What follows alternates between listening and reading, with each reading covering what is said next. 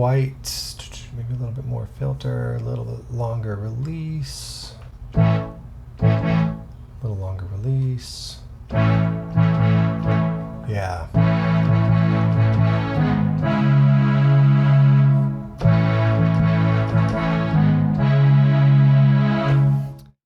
Let's go there.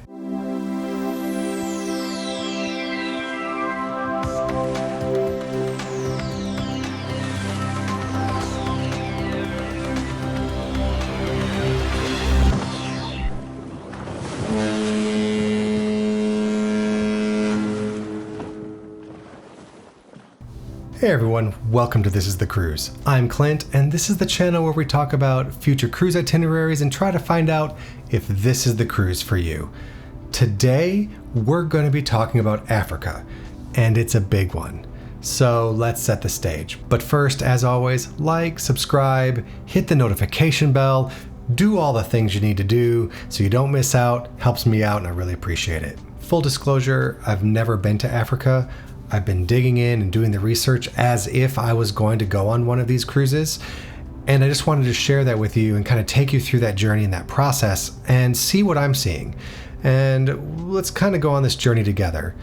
I do have some people to thank, and I'm going to put those credits down below the video. Check out their channels. They've been really helpful in providing insight into what we're talking about here. First, we have to get this out of the way. There are so many misconceptions about Africa, right? I mean, Africa's massive.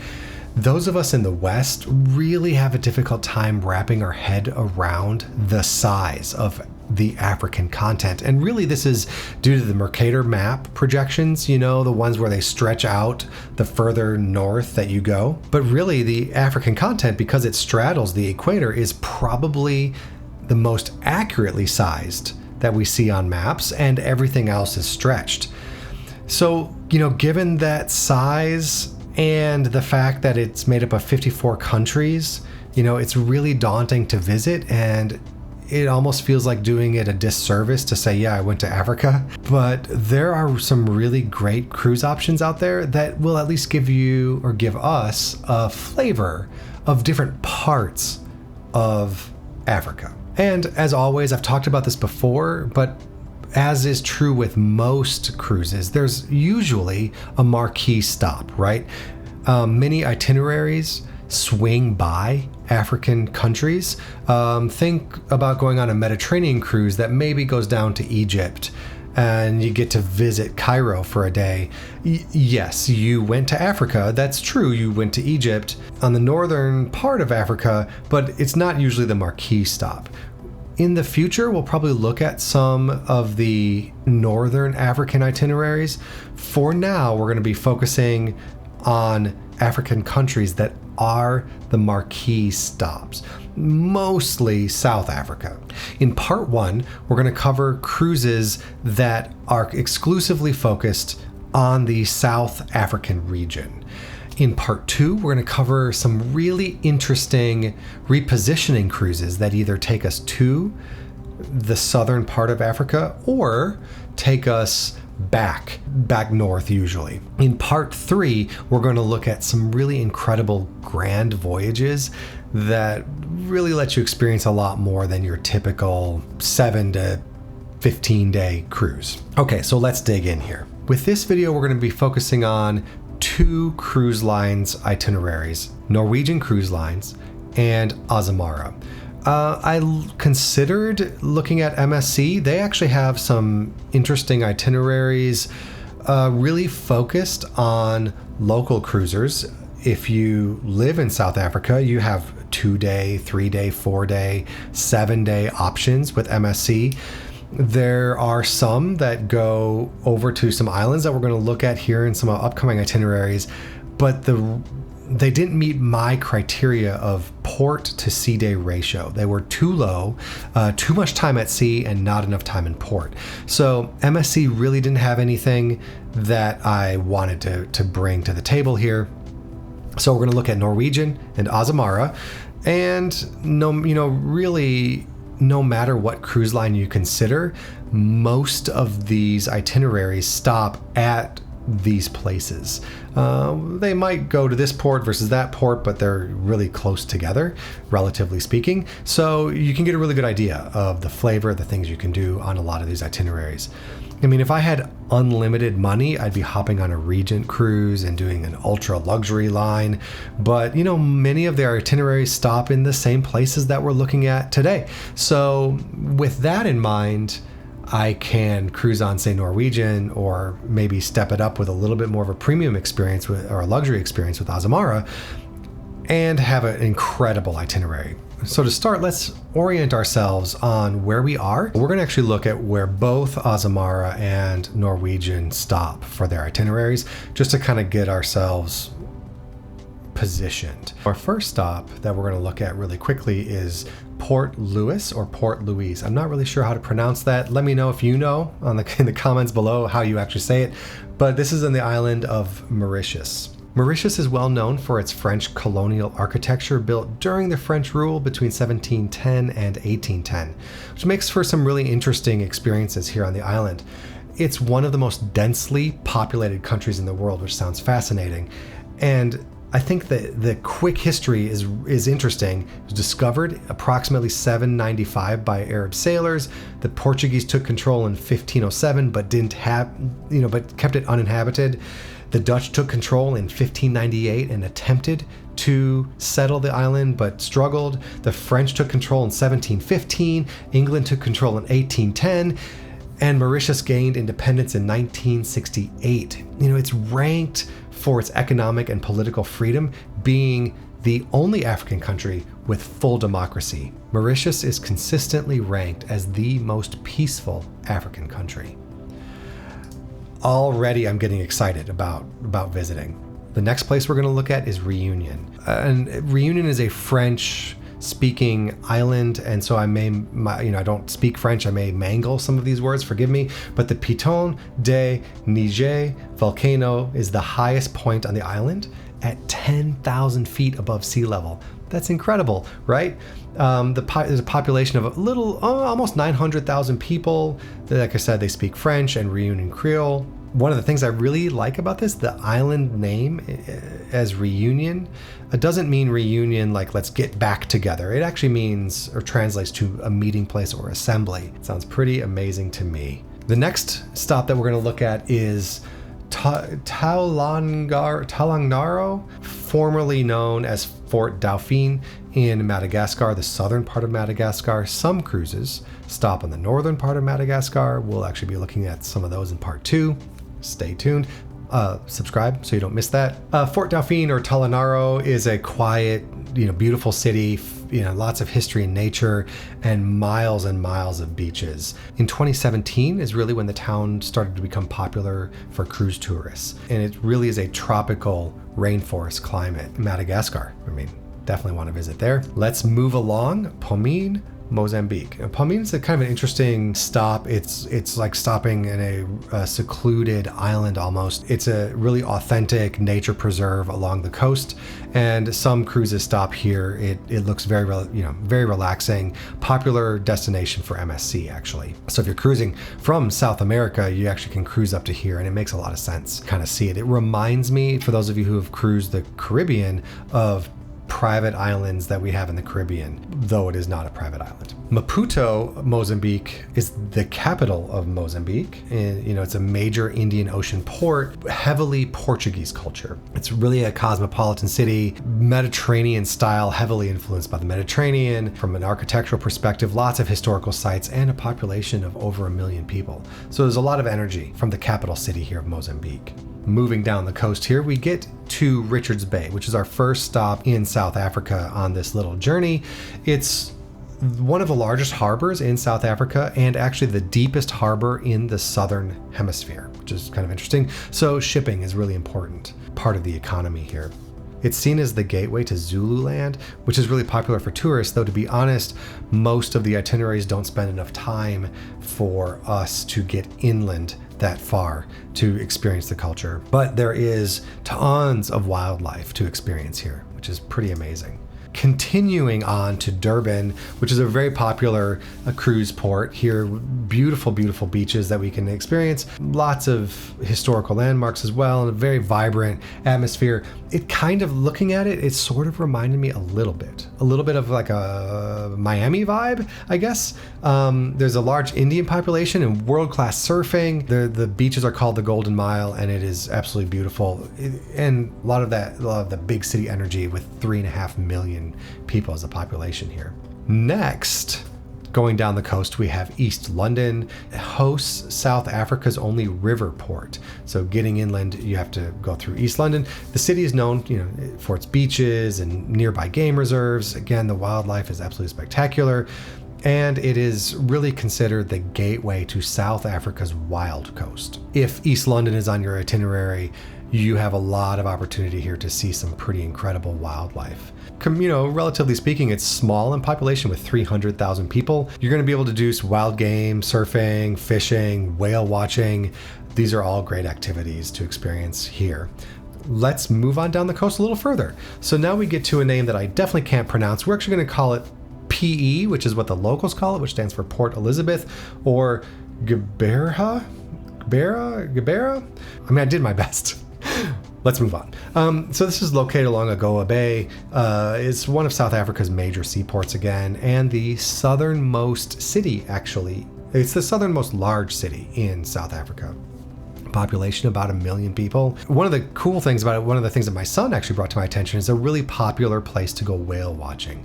There's whale migrations that kind of happen from Antarctica that come through here. I think it's the right whale that comes through here, and it's one of the only places that you'll be able to see them. So great for whale watching if you have the chance. Kind of a cultural note, Nelson Mandela Bay Stadium hosted 8 matches here during the 2010 FIFA World Cup, and we're actually going to look at some of that as we look at some of these itineraries. Mozambique Bay is next on our port tour here. This, again, is one of South Africa's most popular tourist destinations, a population of only about 120,000 people. It's best known where Europeans first landed on South African soil. They arrived in about 1488. I can't even wrap my head around that, the size of the ships, and just made out of wood. Of significant note, though, is that the human history here can actually be traced back, according to archaeologists, as far back as 164,000 years. So you talk about history. It's next level. Moving right along, we get to Cape Town, where most of these itineraries either go round trip from or begin or end, and obviously you have some beautiful scenery here. Cape Town is South Africa's oldest city and really serves as the country's legislative capital. Cape Town is actually the second largest city in Africa after Johannesburg, with about 4.5 million people living here. Continuing on up, we actually go to our next country in Namibia. This is Luderitz. Of note, it's actually a Bavarian village. It was settled by Germans, and so you get a very strong German, Bavarian German culture when you visit Luderitz, and a lot of the names are very clearly German in their roots. Population of only about 12,000 people. Like I said, a lot of great history and wildlife like seagulls and penguins, flamingos, ostriches. And this is really an up and coming kind of a newer cruise destination. And they're really putting a lot of emphasis, into tourism. And finally, our last stop is Walvis Bay. A little further up in Namibia. This will be the northernmost port that we would visit on any of these itineraries.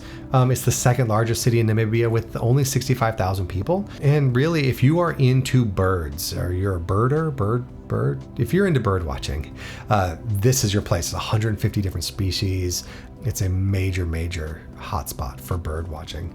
And if you want to be able to experience the African desert, well, it's not the Sahara, it is the Namib Desert, and this is about as close to the African desert experience that you're going to get on these round of itineraries, because they all stay further south, and that's kind of the African cruise experience. So let's go ahead and let's jump into our first actual itinerary here. So I thought what I would do with these itineraries is actually, and partly because I've never been here, I wanted to see what would I do if I wanted to do something adventurous or enriching or relaxing. So for each stop on these itineraries, I picked something adventurous, something enriching, and something relaxing.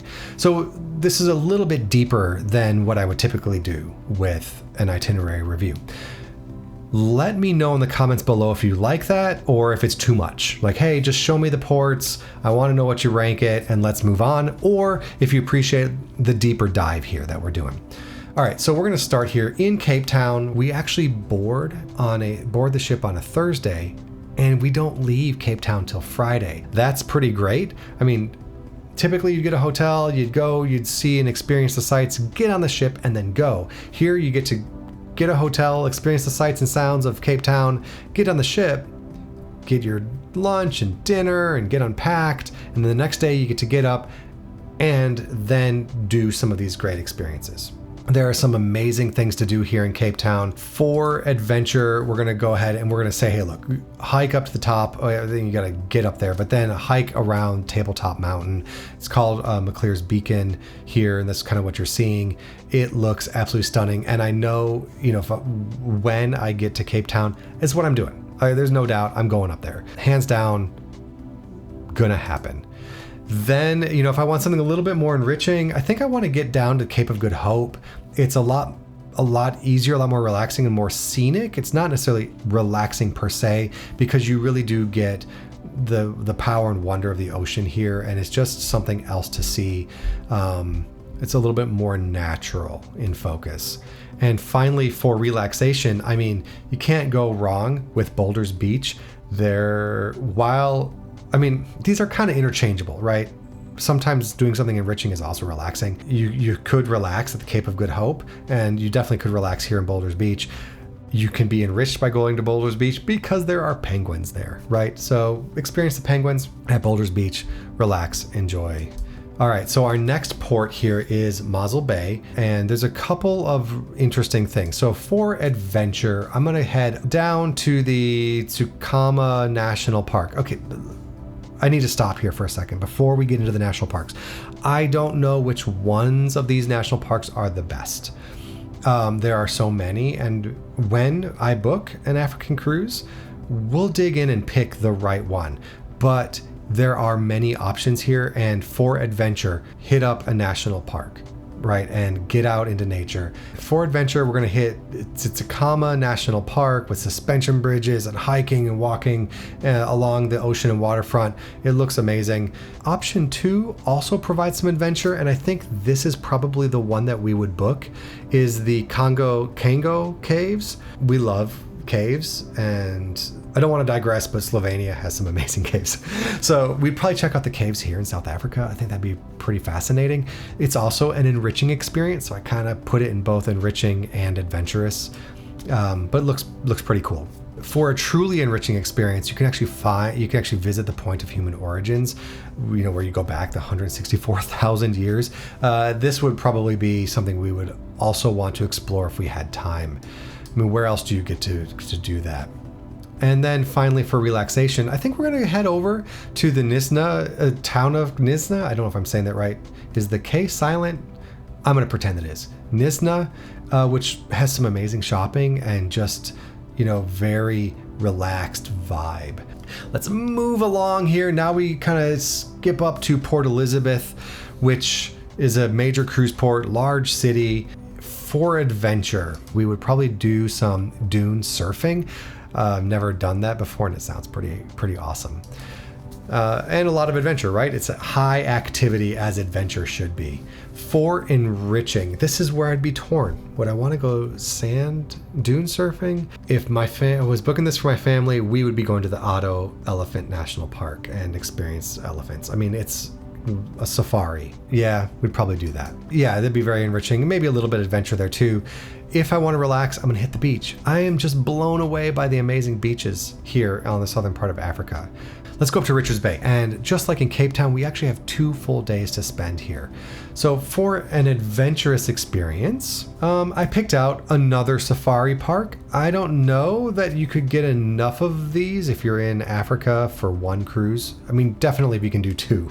We can do 2 and just see what the differences are. But also, I think the first one, you're gonna have such a great time. Back in PE, you may wanna do another one, especially because you're gonna be here for 2 days. So let's do that for some adventure with some enrichment. We can also visit the wetland park for some more enriching experiences as well, which is great. Different types of animals. They actually have some really interesting cultural museums here too. It would be unfortunate to just visit nature and not experience some of the culture, some of the very vibrant and wonderful culture that is here in South Africa. So I would want to get out and get to some of the cultural museums as well. Finally, again, for some relaxation, we have another beach. So you can balance it. I'm going to go explore the city, I'm going to go explore some culture, and I'm going to relax and maybe end on the beach. There, again, just some incredible beaches here. You need to find the balance and what works for you. Then we kind of cruise back, right? We skipped this, we skipped Durban, we cruised by it, and now we're coming back along the coast back west to Durban, which is, again, a very large city. Here, depending on how much time we have. My family loves waterfalls, and there are some amazing waterfalls. Tugela Waterfalls, depending on how you measure it, apparently may be the world's largest waterfall and is accessible here now. It's a 6-hour round trip. So you have to have 3 hours to get there, some time to spend there, and then 3 hours to get back. So it really depends on how long your stop is. If you don't have that much time, and you may or may not, then there are the Howick Falls, which also look really pretty great and worth checking out. One more thing for adventure is Paradise Valley, where you can go swimming below the waterfalls. 3 back to back to back right there, depending on how much time you have. For some more enrichment here, now that we've kind of got the adventure out of the way, I think I would want to go to the Nelson Mandela capture site and the Apartheid Museum. Is it how I want to spend my vacation? Sometimes it's how I need to spend my vacation, and sort of puts things in focus, right? Another enriching experience would be to actually visit the sites in Durban itself. You can go to City Hall, there's a library, there's a lot going on in the city, and it looks like a really interesting place to explore. Again, for some relaxation, remember I mentioned the 2010 FIFA World Cup. You can actually take a sky car that goes up over the stadium and overlooks the city. You know, if this was my second visit, I definitely would be doing something like that. Now, we actually cruise past Cape Town and up into Namibia, and we go to Lederitz. And Lederitz has some really fascinating places to see here. For some adventure, maybe go visit some desert horses out in the middle of the desert. It's a thing to do. I don't know. Would I do that? No, I don't think I would. I think in this case, I'm going to do a couple of different things here. So we have Halifax Island, which is a nice island to explore. You can do some hiking, a little bit of adventure there along the coast. You could also do some relaxation here. There is the town, right? You can explore the town and get into some culture there for some enrichment as well. But I'm going to combine the enrichment with the relaxation and say, what is more relaxing than if you're a ghost? And you could visit the Kolmanskop ghost town, which has an interesting history. No one lives here. It's a bunch of buildings that, it's an it's an African ghost town. That's got to be cool. This is what we would be doing on our stop here. Finally, before we head back to Cape Town, we've got Walvis Bay. Again, some great things to do here in the desert. I actually didn't put it in my list, but you can see it here in the middle, dune number 7. If you want to get out into the desert, that's probably what we would do. In fact, actually, that'd be my adventure stop. Dune number 7 is one of the tallest sand dunes here in the desert. You know, so going to the national park, the Namib National Park, would be the adventurous thing that I would do, but probably hit dune number 7. For some enrichment, head up the coast a little bit to Swakopmund. which apparently is a very interesting town to visit as well for some local culture. And then, for relaxation, hit Pelican Point, which is all sand, lots of birds, seals, things to do and see here. And then also Walvis Bay Lagoon here, aka Flamingo Lagoon. Lots of nature and wildlife to see. From here, we actually head back to Cape Town. Oh, that's a doozy, right? That's a lot of cruising and a lot of experience here. Let's score this, right? This is the Norwegian Cruise Line's 12-day. They call it the South Africa, Port Elizabeth, Durban, and Luderitz. Clint's cruisability score, when I'm looking at this, we visit 2 countries. There's a 3-to-1 port to sea day ratio. You have 9 days in port and only 3 days at sea. That is an incredible ratio. 3 distinct regions with a southeastern feel where we're starting to touch southeastern Africa. Then you have South Africa, the southern part of the African continent, and then you have Namibia with the Namib Desert and that region. So 3 regions, 7 distinct destinations, right? 9 days in port. So I give this one a variety score of 4, repeatability score of 2.5 for a total of 6.5. That's a pretty solid score. And when I saw this itinerary, I immediately put it on my list of potential options. This is really quite nice. For adventure, we give it a 2.5, enrichment 4, and a relaxation score of 2.75. Okay, that's pretty great. There are 2 other options. These are not going to take as long because I'm not going to repeat the excursions that you can do in the ports we've already visited on this excursion. So they start to go quicker. All right, hang with me. We're doing good.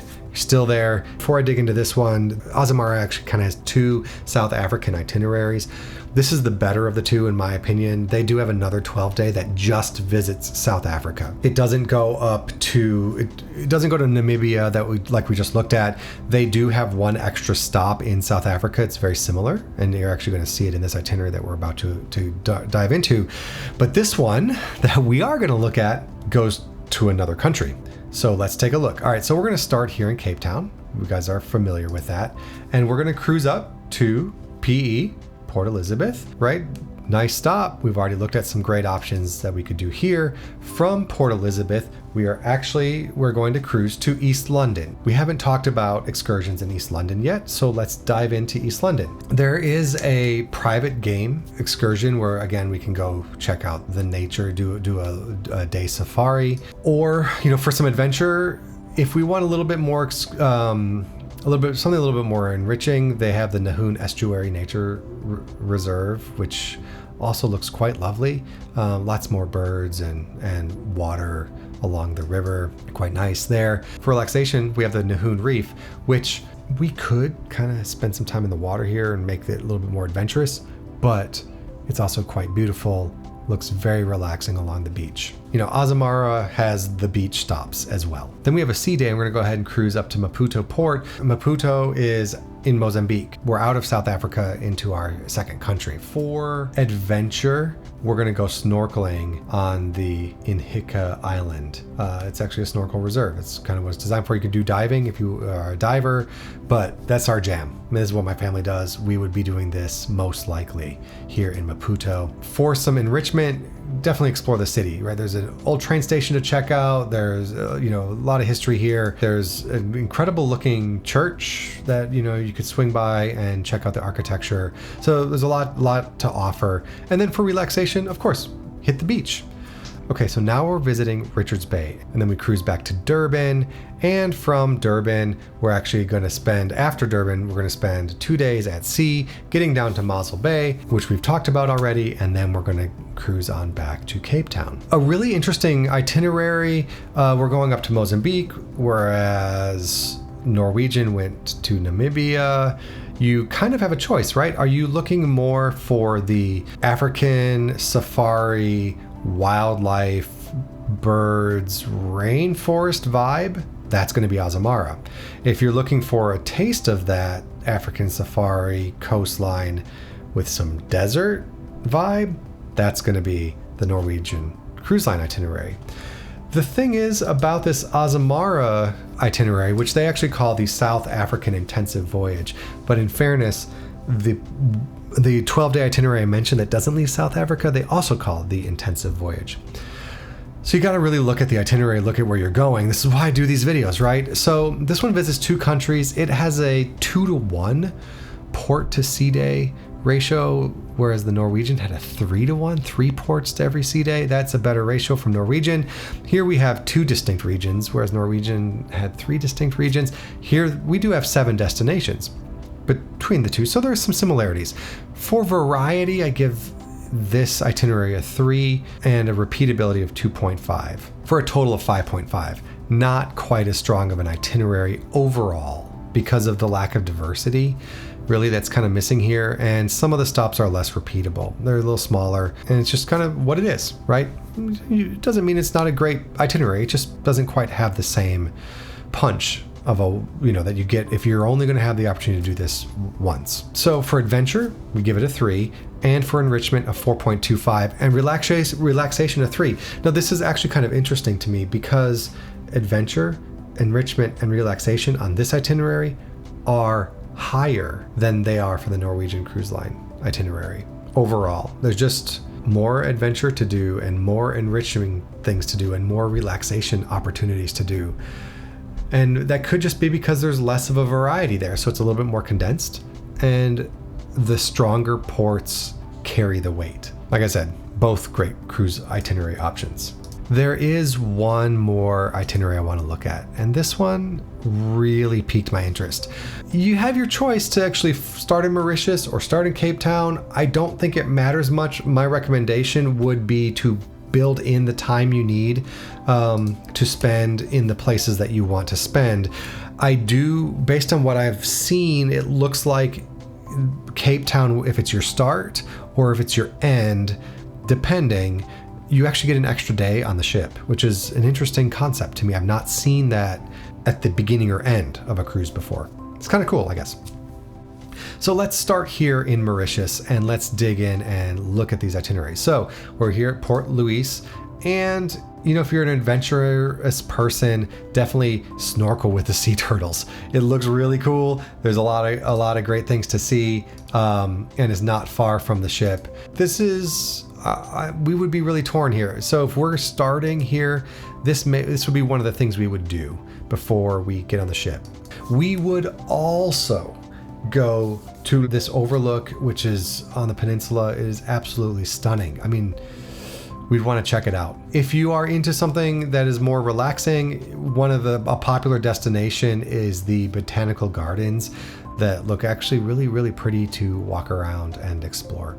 Okay, then we move and cruise to Reunion, which when I started to dig in here, I was absolutely dumbstruck with how gorgeous this place is. I mean, I've been to Hawaii a number of times. I've been all over the Caribbean to some of the beautiful islands in the Caribbean. Hawaii, from a beauty perspective, is better than the Caribbean, and I want to go here just to sort of figure out where it sits because it is absolutely stunning. So what are we gonna do? Well, we're gonna go hike for waterfalls here in the valleys, which just look gorgeous. Maybe we would get up to volcano craters up here, the caldera for the volcanoes. This one I think is dormant, but there is an active volcano, and we have hiked a few active volcanoes on cruises before, so we probably would do it again because, you'd want to add it to your list. So for the adventure, there you go. For a, enriching experience, get along the shore, explore the shoreline, and just the beautiful coast. Get kind of down into the island itself. And then for something relaxing, we actually have some more gardens here that, you're just surrounded by the beauty. I mean, how do you pass these up? Of course, there are beaches to relax on as well as there is in many of these places. Okay, let's head down to Madagascar, right? We haven't actually seen what we could do here. So we're going to start down in Fort Dauphin, or as Tolonaro. They have a really nice cruise port that they've built. I think for the adventurous person, snorkel and enjoy the beach here on Lacaro, which apparently is one of the most beautiful beaches in the world, according to the research I'm seeing and what people are saying. So I think we would probably be making our way down here to get in the water. Looks pretty incredible. The problem is you'd want to see the lemurs, right? If you're going to Madagascar, hitting up a nature reserve. They are accessible from the port. The ones that we think of when we see Madagascar in movies are a little bit more inland and probably a little too far away to experience on a cruise, but you can still at least get a taste of it to scratch that enrichment itch. Or you can head over, and walk through the spiny forest, which also sounds really kind of fascinating and a little bit more relaxing than maybe getting involved with monkeys. Then we're going to cruise across over to Mozambique. All right, so now we've got a little more countries involved here. And this is, again, Palmene Point or Palmene. It is kind of that private island vibe. It's a lot of beach, a lot of sand. Be snorkeling, diving, kind of experiencing that, relaxing on the beach. So you do have some options here. It's going to be a beach day, most likely. There probably are some things you can do inland. Just depends on how long you're in port for. But it looks pretty nice. Looks pretty nice. I mean, the sand just looks beautiful here along the Indian Ocean. If you've been to any beach on the Indian Ocean, let me know in the comments below. I want to hear what it was like. And then we're going to go down to Maputo, which is where Azamara went. So we've already looked at some of our options here in Maputo. And now we're going to start hitting South Africa and cruising to places we've already been. So then we cruise down to Richards Bay, which is, again, a very nice stop. Continuing on further, we're going to go to PE, Port Elizabeth, where you've got some really enriching things you can do and explore. And then Port of Mosel Bay, where you can dig into the history of humanity or get out into nature. And then finally, you're going to end in Cape Town, where on this itinerary, you actually have 2 days in Cape Town. So you'll pull in, you don't disembark from the ship, you just go explore Cape Town, come back, have dinner, spend the night, pack up, and disembark the next day. So what do we give Clint's cruisability score for this itinerary? This is the Norwegian Cruise Line's 12-day South Africa and Madagascar cruise. It goes to 5 countries with a 9-to-2 port to sea day ratio. The first Norwegian Cruise Line was a 3-to-1. This is a 9-to-2, one less sea day at play here, and I can't reduce that fraction down. 4 distinct regions, 9 destinations, with a variety score of 4.5. We're missing Namibia. There would have been a way, I think, if they had kind of configured things a little bit, maybe we drop one of the South African ports and get over to Namibia, that I would have had to give this a 5 for variety if we'd gotten up to Namibia, given where we've been already and the start of this itinerary. Or the end if you do it the other way. So 4.5, repeatability of 2.75 for a total score of 7.25. The best itinerary score here. Adventure, we get a 3.25, enrichment a 4, and a relaxation of 3.5. So comparing it to the Azamara cruise, adventure and relaxation ticked up, enrichment went down just a little bit. This is a pretty great cruise, right? I am just really, really impressed with what's on offer here. So Clint's pick is the 12-day Africa and Madagascar cruise. I think that's obvious, right? I mean, it's just a spectacular cruise. Next, in part 2, we're actually going to look at some cruises that score maybe even higher on variety, but they're repositioning cruises. So they're a little longer because you have to get to Africa, to South Africa, and then you have to get from South Africa back to wherever you're going. And those offer some really interesting cultural experiences. So I hope you've liked this video. I hope you liked it.